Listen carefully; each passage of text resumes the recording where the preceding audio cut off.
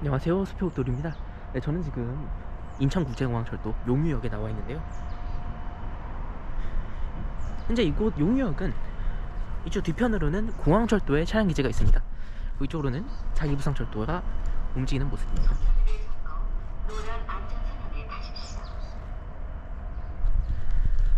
인천국제공항 자기부상철도가 폐업 신고를 했다고 하는데요. 과연 어느 정도의 수준일지 한번 같이 가시죠.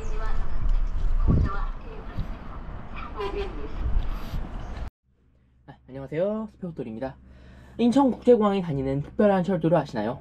바로 자기부상철도인데요. 현재 인천공항 1터미널에서 용유역까지 향하는 자기부상철도. 그런데 갑자기 왜 폐선되는 것일까요? 인천국제공항 자기부상철도는 1986년 도시형 자기부상열차 개발이 시작되며 그 역사를 시작하게 됩니다. 1993년 대전에서 열린 엑스포에서 서비스를 시행하였고, 이후 약 3개월간 12만 명을 수송하게 됩니다. 이후 2006년 인천공항 인근이 자기부상열차 실용화 사업 시범 노선으로 선정되었습니다. 이때 다른 도시라고 하면은 대구, 광주, 창원 등 다른 시도도 시범 노선 유치를 신청을 했으나 모두가 실패하고 인천공항이 선정되었습니다. 자기부상철도는 4가지 우수성이 존재합니다.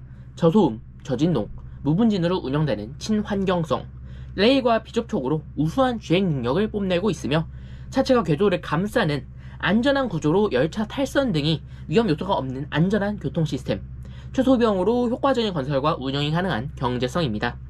이와 같은 장점들을 바탕으로 1단계 노선이 6.1km 구간이 건설되었으며 장래에 2, 3단계의 확장을 거쳐 영종도를 한 바퀴 순환하는 순환선으로 건설될 예정이었습니다.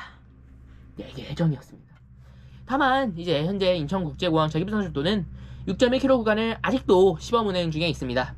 코로나19 팬데믹 이전에도 일평균 4,012명이 탑승하였고, 2020년 8월 이후로는 이제 코로나19 확산 방지 대책으로 출퇴근 시간에만 한시적으로 운영하고 있습니다.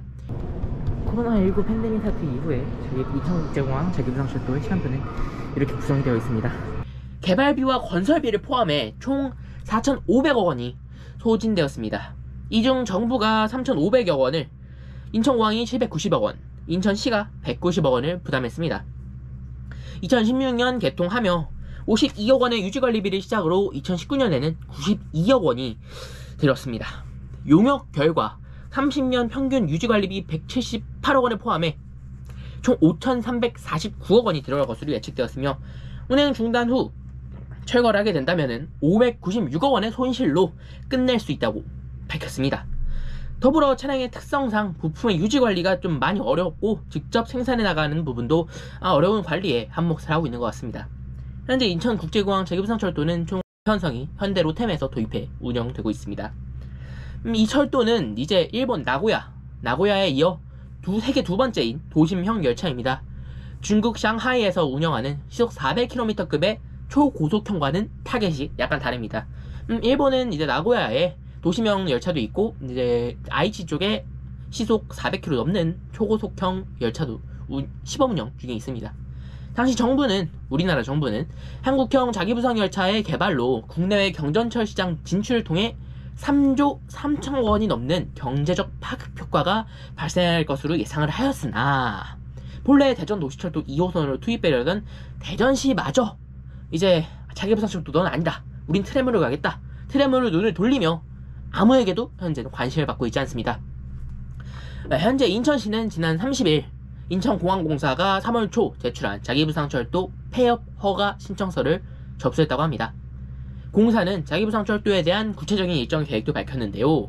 오는 6월까지만 도시철도 운송사업으로 운영을 한 뒤 올 7월 전용궤도 사업 신고를 인천 중구에 하여 이후 2달간 운영 준비 기간을 거쳐 9월부터 다시 궤도시설로 운영한다는 방침입니다.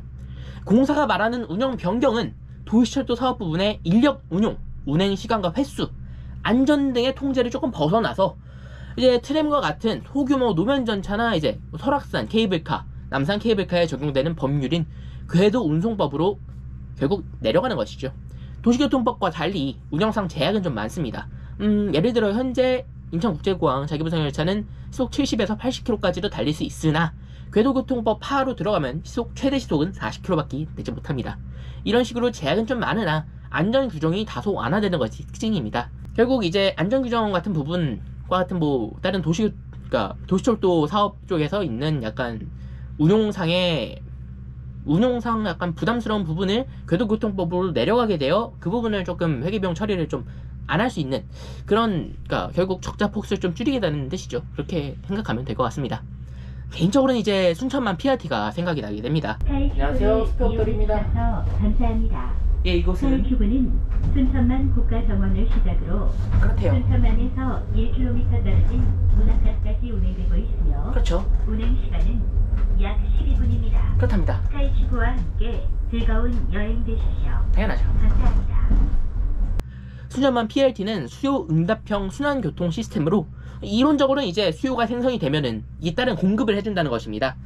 예를 들어 고객이 A역에서 B역으로 이동을 한다고 할 때, 아니죠. 실증 사업을 예로 들어봐야겠습니다. 인천국제공항 1터미널에서 용유역으로 칼국수를 먹으러 간다고 할 때, 열차가 인천국제공항역에 대기를 하고 있다가 생성되어 오십시오 할 수 있는 겁니다. 결국 그렇게 승객은 이렇게 탑승을 할 수 있고, 용유역까지 자기가 원하는 시간에 원하는 양의 공급을 받을 수 있게 됩니다. 이런 개념을 인천국제공항 자기부상철도에 방금과 같은 칼국수 먹으러 가는 승객 1과 같은 상태로 적용을 하게 된다면은 현재와 같은 좀 손님이 너무 없어요 막 그런 상황을 타개할 수 있지 않을까 생각이 됩니다.